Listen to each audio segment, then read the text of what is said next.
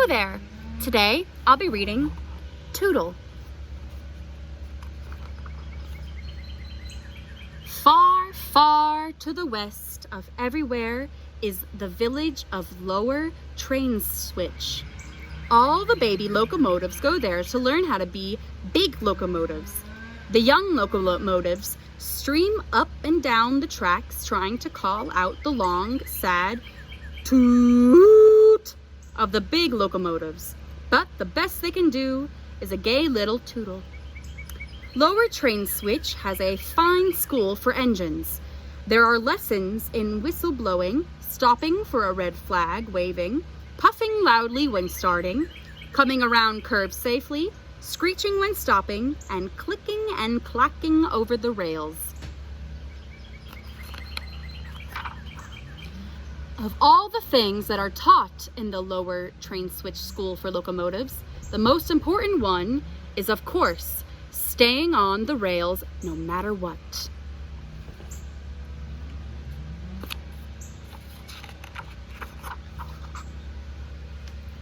The head of the school is an old engineer named Bill. Bill always tells the new locomotives that he will not be angry if they sometimes spill the soup pulling the diner, or if they turn the milk to butter now and then, but they will never, never be good trains unless they get 100 A+ in staying on the rails no matter what. All the baby engines work very hard to get 100 A+ in staying on the rails. After a few weeks, not one of the engines in the Lower Train Switch School for Trains would even think of getting off the rails, no matter what. One day, a new locomotive named Tootle came to school. "Here is the finest baby I've seen since old 600, thought Bill.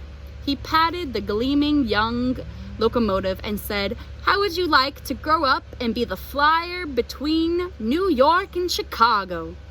"If a flyer goes very fast, I should like to be one," Tootle answered. "I love to go fast. Watch me." He raced all around the roundhouse. "Good, good," said Bill.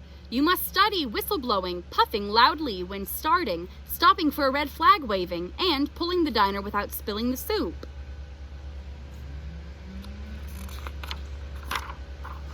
"But most of all, you study staying on the rails no matter what. Remember, you can't be a flyer unless you get 100 A+ in staying on the rails." Tootle promised that he would remember, that he would work very hard. He did, too. He even worked hard at stopping for a red flag waving. Tootle did not like those lessons at all. There is nothing a locomotive hates more than stopping. But Bill said that no locomotive ever kept going when he saw a red flag waving. One day, while Tootle was practicing for his lesson in staying on rails no matter what, a dreadful thing happened. He looked across the meadow he was running through and saw a fine, strong black horse. "Race you to the river," he shouted back to the horse, and shouted the black horse and kicked up his heels. Away went the horse. His black tail streamed out behind him, and his mane tossed in the wind. Oh, how he could run! "Here I go," said Tootle to himself. "If I'm going to be a flyer, I can't let a horse beat me." He puffed. "Everyone at school will laugh at me." His wheels turned so fast that they were silver streaks. The cars lurched and bumped together, and just as Tootle was sure he could win, the tracks made a great curve. "Oh, whistle!" cried Tootle. "That horse will beat me now. He'll run straight while I take the great curve." Then the dreadful thing happened. After all that Bill had said about staying on the rails no matter what, Tootle jumped off the tracks and raced alongside the black horse. The race ended in a tie. Both Tootle and the black horse were happy. They stood on the bank of the river and talked. "It's nice here in the meadow," Tootle said. When Tootle got back to school, he said nothing about leaving the rails, but he thought about it that night in the roundhouse. "Tomorrow I will work hard," decided Tootle. I will not even think of leaving the rails, no matter what." And he did work hard. He practiced tootling so much that the mayor himself ran up the hill, his green coattails flapping, and said that everyone in the village had a headache and would he please stop tootling. So Tootle was sent to practice staying on the rails no matter what. As he came out to the great curve, Tootle looked across the meadow. It was full of buttercups. "It's like a big yellow carpet. How I should like to play in them and hold one under my searchlight to see if I like butter," thought Tootle. "But no, I am going to be a flyer, and I must practice staying on the rails no matter what." Tootle clicked and clacked around the great curve. His wheels began to say over and over again, "Do you like butter? Do you?" "I don't know," said Tootle crossly, "but I'm going to find out." He stopped much faster than any good flyer ever does, unless he is stopped for a red flag waving. He hopped off the tracks and bumped along the meadow to the yellow buttercups. "What fun," said Tootle, and he danced around and around and held one of his buttercups under his searchlight. "I do like butter," cried Tootle. "I do." At last the sun began to go down, and it was time to hurry to the roundhouse. That evening, while the chef oiler was playing checkers with old Bill, he said, "It's queer, very queer, but I found grass between Tootle's front wheels today." Said Bill. "There must be grass growing on the tracks." "Not on our tracks," said the day watchman, who spent his days watching the tracks and his nights watching Bill and the chief oiler play checkers. Bill's face was stern. Tootle knows he must get 100 A+s in staying on the rails no matter what, if he is going to be a flyer.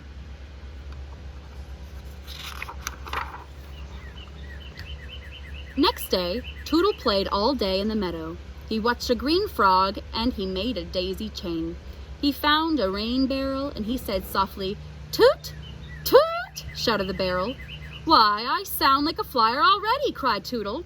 That night, the first assistant oiler said he had found a daisy in Tootle's bell. The day after that, the second assistant oiler said that he had found hollyhock flowers floating in Tootle's 8 bowls of soup.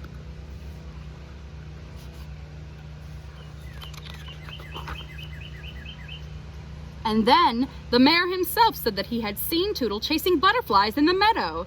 The mayor himself said that Tootle had looked very silly, too. Early one morning, Bill had a long talk with the mayor himself. When the mayor himself left the lower train switch school for locomotives, he laughed all the way to the village. "Bill's plan will surely put Tootle back on track," he chuckled. Bill ran from one store to the next, buying 10 yards of this and 20 yards of that, and all you have of the other. The chief oiler and the first, second, and third assistant oilers were hammering and sawing instead of oiling and polishing. And Tootle?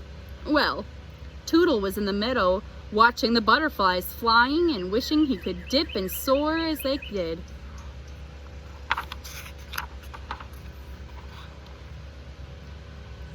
Not a store in Lower Train Switch was open the next day, and not a person was at home.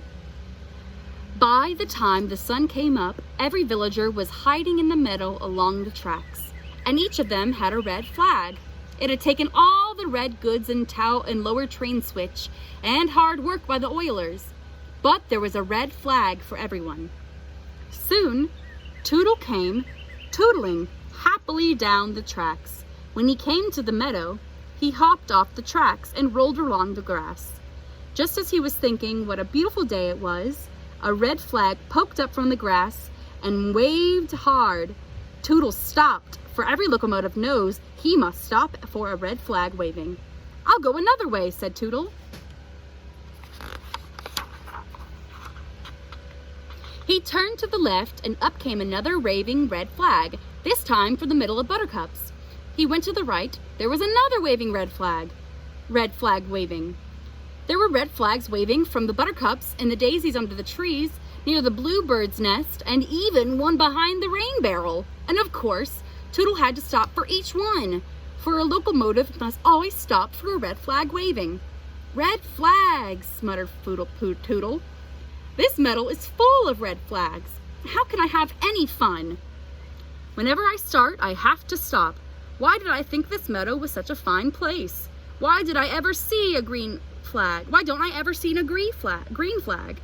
Just as the tears were ready to slide out of his boiler, Tootle happened to look back over his coal car.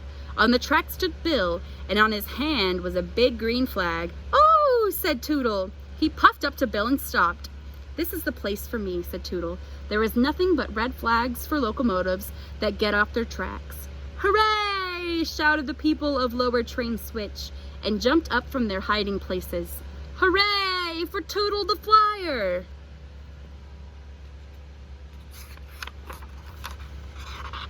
Now, Tootle is a famous 2 miles a minute flyer. The young locomotives listen to his advice. Work hard, he tells them. Always remember to stop for red flags waving.